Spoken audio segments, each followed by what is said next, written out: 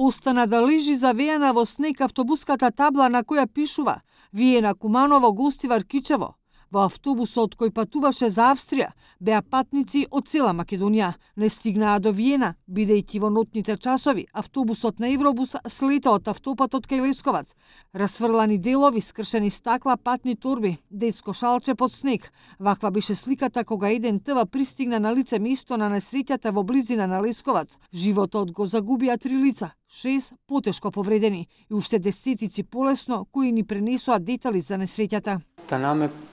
Помогнаме таму што на децата што требаше тие маличките помогнаме, постарите таму ги помогнаме толку само. Тоа ништо не, апсолутно ништо не се сеќава. А деца имаше малички деца?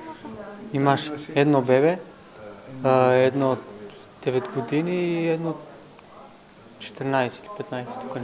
Почне од десна страна појде на лево, значи почна автобусов доди обратно преднава налева, друга заднава надесна. Никога дојде тоа само еден момент се случи да се преврти, да излета едноставно. Во кома, како шокирана. Наместо мислам дека ја носам чантава, нешто носев, ама не знам ни што носев.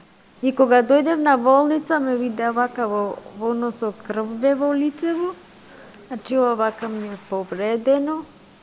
И глата сета ми е како џумки, то нормално, значи од ударите. А доста луѓе имаше потиснато.